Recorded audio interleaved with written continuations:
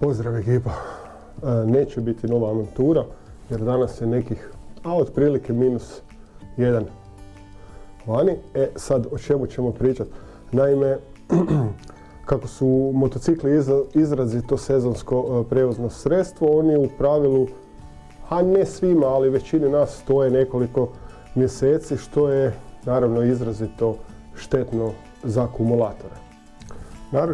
Naročito nekakvi moderniji motocikli, motori sa više elektronike, positno, ali konstantno tokom mjeseci nekakvog nekorištenja troše struju iz akumulatora. Najbolje je akumulator, znači motocikla, izvan sezone držati priključen na nekakav pametni punjač. Tu sam vas htio iznenaditi. Dakle, odlučili smo se i kupili smo jedan pametni punjač. Što se tiče stroma, to ću pokazati malo docnije. Koristim Lidlov punjač koji ima zimsko održavanje i to radi sasvim ok. Ali sad za ovaj motor sam htio uzeti nešto drugačije.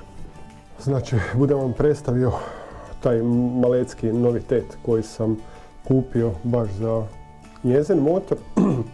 To je znači marke Full Bat, 1 amper, 6 V i 12 V. Znači, bilo da se radi o punjenju ili održavanju 6 V ili 12 V olovnih baterija GEL, SLA, AGM, MF, Dry, Wet ili 12,8 litijevih baterija. Znači, dizajniranje za olovne i litijeve baterije, te je automatski, znači pametni punjač i održavač baterija. Sad testirat ćemo pa ćemo vidjeti kako će se pokazati. Da li je bolji, pošto je skuplji od onog Lidlovog, pa ćemo imati nekakvu usporedbu za nekih mjesec i pol, možda 2, ovisno kakvo vrijeme bude bilo, pa ćemo vidjeti kad ćemo prvi put upaliti naše strojeve, jer s obzirom kako su najavili temperaturu, mislim da nećemo tako skoro ići se zezati, znači sa vožnjom, ne. Već sam raspakirao, nisam se mogao dočekati. Dakle, Full Bat 1 amper, dobija se centralna jedinica, znači punjač, kojim se biraju modovi, znači normal, AGM, litijum ili 6 V normalna baterija, prikaz napunjenosti, kad napuni do kraja, procesor sam dalje samo nastavlja u održavanje. S njim se dobijaju klasične štipaljke i meni najbitnija stavka, da se ne zezamo sa štipaljkama, dolazi konektori koji idu na plus i minus klemu, sprema se ispod sica, znači sa brzim priključkom, to je džekom, se vrši punjenje, to jest održavanje. I vrlo je jednostavno ga iščupati van. Ovo nije došlo s njim, ovo je moje. To ćemo pokazati sad kako se mjeri napon akumulatora. Sad smo prvo na stromu. Sad ćemo vidjeti, ne znam koliko ćete vidjeti, trenutno pokazuje 12,6 ovaj Lidlov punjač. Po meni najbolje imati nekakav to je digitalni multimetar. Na njemu je bitno prebaciti tu na volte, znači 20 volti i samo piknemo plus i minus da vidimo točno očitanje koje je ovdje. Bilo bi dobro da imamo još jednu ruku s koja će mi pomoći, ali nemam, pa mi je sve to malo spetljano.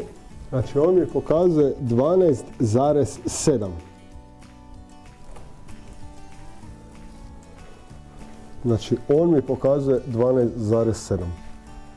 Ok, ne laže puno navedeni punjač. Njega ćemo staviti na održavanje. Samo odemo sa modovima koji se biraju na strelicu, to jest na pahulju snijega, i on ga cijelo vrijeme održava. Znači, ne da ga puni, nego ga pripunjava. Čim padne na određeni nivo znači voltaža, on kreće ponovo sa pripunjavanjem, tako da je on konstantno pun, a objasnit ću vam poslije zašto je to bitno. Na trenutnom ženinom skinuli smo već šarafe, budemo sad postavili ovaj dodatak za punjenje koji je fiksan. Evo čisto da vidite koliko je na njemu, 12,96, vrlo dobro. No da bi tako ostao, stavit ćemo ga baš zato na pametni punjač. Sada ćemo krenuti sa postavljanjem navedenog produžetka za punjenje.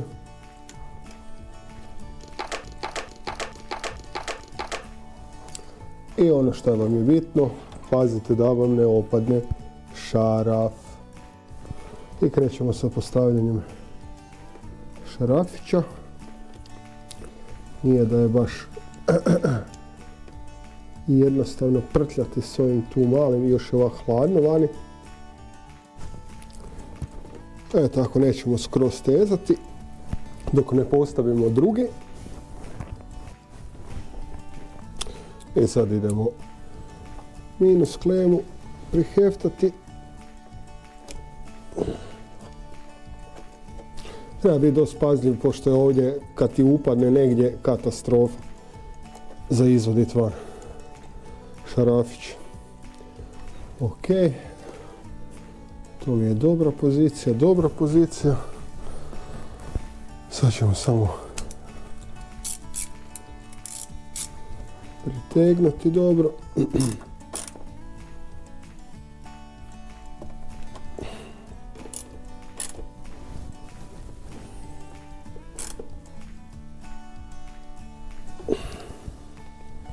Tako. Sad ćemo napraviti još jedan put test.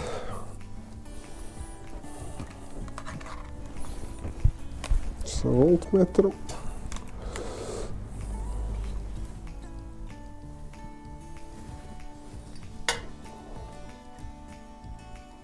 $12,94. Super. Znači sad je vrlo jednostavno. Njega uštakam u struju. Već sam ga naviktao na AGM mod. I nakon što uštakamo, samo se spoji navedeni uređaj jedan u drugi. Ok, poslije se ovaj kabel može propeljati bilo gdje ispod sica ili uglavnom jednostavnije nego skidat, stavljati štipaljke vamo tamo. I sad je dovoljno samo da ga uštekamo. Evo ga spojčak. Blica nam 100%. AGM oznaka i ovdje kada bude 100% prelazi nakon toga u način održavanja. Znači nešto malo je izgubio po njemu struje i sad će on taj dio dopuniti. Lidlov punjač da vidite kako se ponaša. Evo ga, sad je znači prešao u status održavanja. Akumulator je skroz malo bio ispražnjen i sad radi kontinuirano održavanje. I eto, motor smo ostavili na pametnom punjaču. Znači, po meni je najbolje ako se može akumulator motocikla izvan sezone konstantno ostaviti na navedenom pametnom punjaču. Znači da ga stalno pripunjava. A zašto je to bitno? Naime, akumulatori stradavaju kada im opada napon jer se elektrolit razrijeđuje, a sulfat taloži i lijepi po pločama smanjujući mu kapacitet, što je upravo ono što se događa kada akumulator dugo stoji bez nadopunjavanja. Zato ga svako malo treba osvježavati i održavati mu napon da ne padne ispod 12 volti.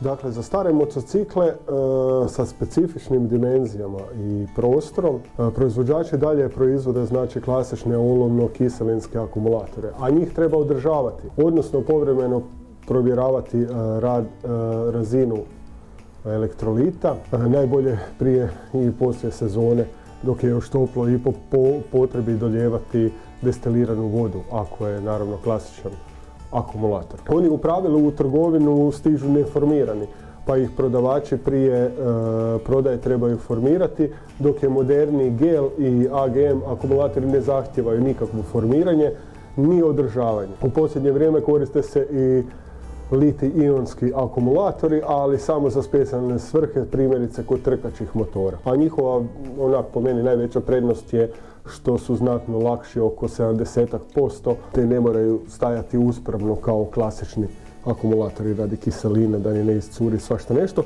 To je u biti odlika i gel i AGM akumulatora, plus što su manjih dimenzija i veća snaga u usporedbi sa klasičnim, te se uz to mogu dubinski prazniti i puniti, zbog čega se danas pretežno i koriste. Za početak ću vam spomenuti nekakve tipove akumulatora koje se mogu naći u slobodnoj prodaji.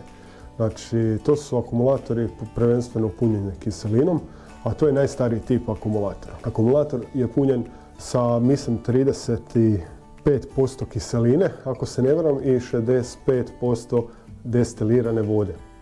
Od svih tipova akumulatora, ovaj tip akumulatora zahtjeva najviše održavanja. Potrebno je kontrolirati nivo tekućine. Pokazat ću sliku, znači, kako izgleda klasičan kiselinski akumulator.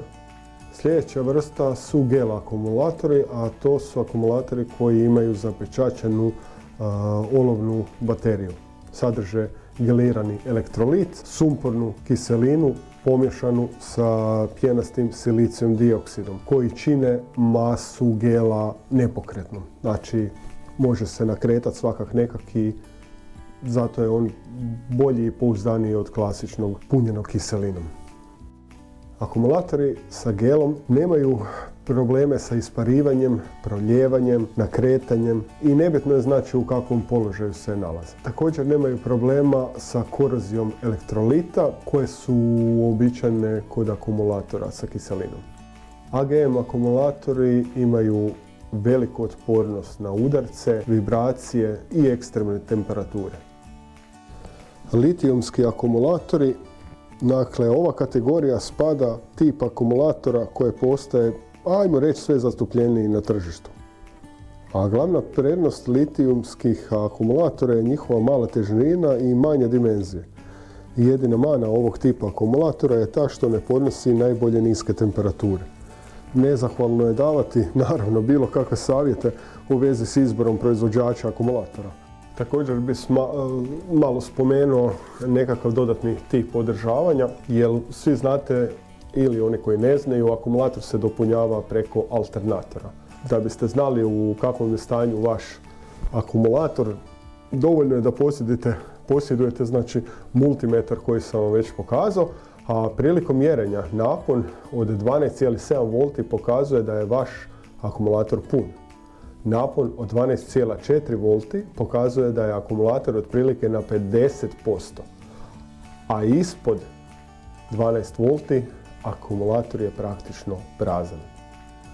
I ono što svi misle, aha, upalit ću ga na 5-10 minuta dok ne dođe do radne temperature, vjerujte mi, to nije dosta. Znači, jedno paljenje po ovakvom vremenu, znači sad je -2 vani, iziskuje cca pola sata vožnje. Znači vožnje. A sad što ga vi upalite, više naštetite akumulatoru nego ne.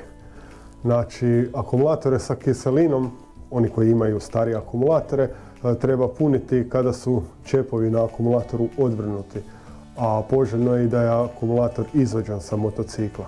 Nivo kiseline je potrebno s vremena na vrijeme provjeravati, jer ona zna i ispariti, pa treba nadopuniti sa destiliranom vode. Ne treba puniti akumulator sa kiselinom iz razloga što se ista sipa samo prilikom formiranja akumulatora. A dodavanjem kiseline koncentracija se povećava na neprihvatljiv nivo. A AGM akumulatori ne zahtijevaju mnogo održavanja, ali su zato osjetljiviji na prepunjavanje.